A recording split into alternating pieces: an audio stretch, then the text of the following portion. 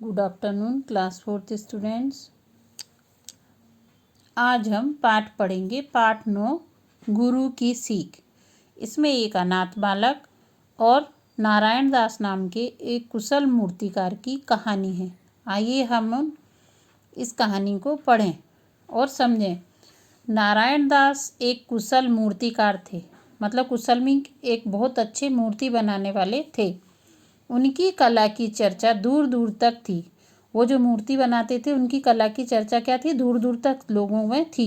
नारायण दास को बस एक ही दुख था कि उनके कोई संतान ना थी, उनके कोई बच्चे नहीं थे। तो उन्हें इस बात की चिंता थी कि उनके बाद उनकी विरासत कौन संभालेगा, मतलब उसके बाद ये मूर्तियाँ कौन बनाएगा। एक दिन वे खाना खा रहे थे, तभी 12 साल का बालक उनके दरवाजे पर आया। एक लड़का उनके दरवाजे पर आया। कब आया? जब वह खाना खा रहे थे। उन्होंने देखा, उसे देखकर नारायण दास समझ गए कि वह भूखा है। उन्होंने उसे भरपेट भोजन कराया, फिर उसका परिचय पूछा, उसका इंट्रोडक्शन लिया। लड़के ने बताया कि वह अनाथ है। मतलब अनाथ किसको कहते हैं?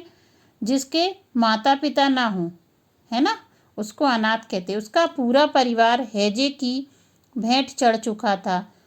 हैजा पहले बीमारी होती है जिसमें उल्टी दस्त होते हैं। पहले गांव के गांव समाप्त हो जाते थे, जब पहले इतना मतलब विकास नहीं था, जब लोगों को मतलब दवाइयाँ समय पर नहीं मिलती थी, तो वो गांव के गांव उसमें समाप्त हो जाते थे। उसी के साथ ऐसा ही उसके परिवार के साथ हुआ था। बालक का नाम कलाधर था। क्या था बालक का नाम? कलाधर। ये देखो, ये नारायण दास जी ये मूर्तियाँ बनाते थे। नारायण दास ने उसे अपना शिष्य बना लिया, मतलब अपना स्टूडेंट बना लिया, और उन्होंने उसे अपनी सारी कला सिखा दी। किसके लिए? वो जो मूर्तियाँ बनाती थी उसके सारे गुण उन्होंने सिखा दिए कि ऐसे बनाना चाहिए, ऐसे बनाना चाहिए। धीरे धीरे वह भी नारायण दास की तरह मूर्तियाँ गढ़ने में पारंगत हो गया, मतलब बनाने में अच्छा एक्सपर्ट हो गया। नारायण दास बूढ़े हो गए थे। एक दिन उन्होंने कलाधर से कहा, बेटा, तुम्हें जो बात बताने जा रहा हूँ उसे गांठ बांध लेना, मतलब उसे भली भांति समझ लेना। गांठ बांधने का मतलब ये होता है, कला की ऊंचाई का कोई अंत नहीं होता है। जो भी हम ये कार्य कर रहे हैं, कलाकार का मतलब इसकी ऊंचाई का कोई एंड नहीं होता। कोई भी कला में दोष निकाले तो उसका बुरा मत मानना, मतलब उसको सुधारने की कोशिश करना। और ज़्यादा धीरे धीरे कलाधर ने उसका काम संभाल लिया। उसका भी नाम दूर दूर तक हो गया। एक दिन एक साधु ने कलाधर से भगवान कृष्ण की मूर्ति बनवाई। मूर्ति देखकर साधु दंग रह गए।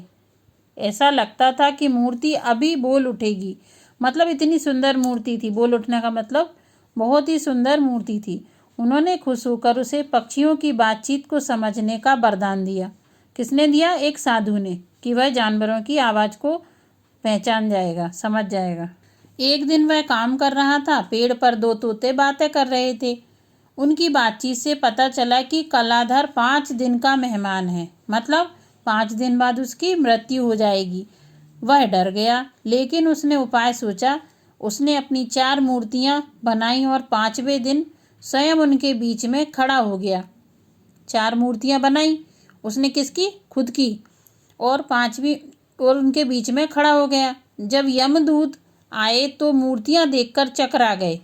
उनकी समझ में नहीं आया कि कौन असली है और कौन नकली। उन्हें लगा कि यदि खाली हाथ गए, यमदूत ने सोचा खाली हाथ जाएंगे तो यमराज डांटेंगे, तो यमराज उन्हें डांटेंगे। तभी एक यमदूत बोला, मूर्तियां तो बहुत अच्छी हैं, लेकिन दूसरी वाली मूर्ति की एक आंख छोटी है। अपनी कला की आलोचना सुनते ही वह बोल उठा, मतलब बुराई नहीं सुन सकता ना कोई आदमी अपने बारे में, ऐसा हो ही नहीं सकता। उसके बोलते ही यमदूतों ने उसे पकड़ लिया। मूर्तिकार अपनी कला की आलोचना सहन नहीं कर सका। आलोचना मीन्स बुराई। वह अपनी गुरु की सीख भूल गया और पकड़ा गया। इसलिए हमें टीचर जो बताते हैं उसको हमें ध्यान में रखना चाहिए, भूलना नहीं चाहिए, तो हम गलती कर जाएंगे। फिर दिए गए शब्दों का अभ्यास कीजिए। नारायण दास, कुशल, भरपेट, परिवार, कलाधर, बातचीत, मूर्तियाँ, 5वां। ओ ऐसा क्या?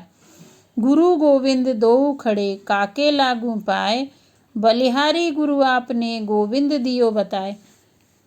कबीरदास के इस दोहे के माध्यम से गुरु की महिमा बताई गई है। वे कहते हैं कि यदि सामने गुरु और गोविंद, गोविंद मीन्स भगवान होता है, एक साथ खड़े हों तो पहले गुरु को प्रणाम करना चाहिए, क्योंकि गुरु की कृपा से ही गोविंद के दर्शन संभव होते। गुरु ऐसा रास्ता बताता है, अच्छा रास्ता बताता है, मतलब तो हमें क्या होते हैं, भगवान के दर्शन संभव होते हैं, इसलिए गुरु महान होते हैं।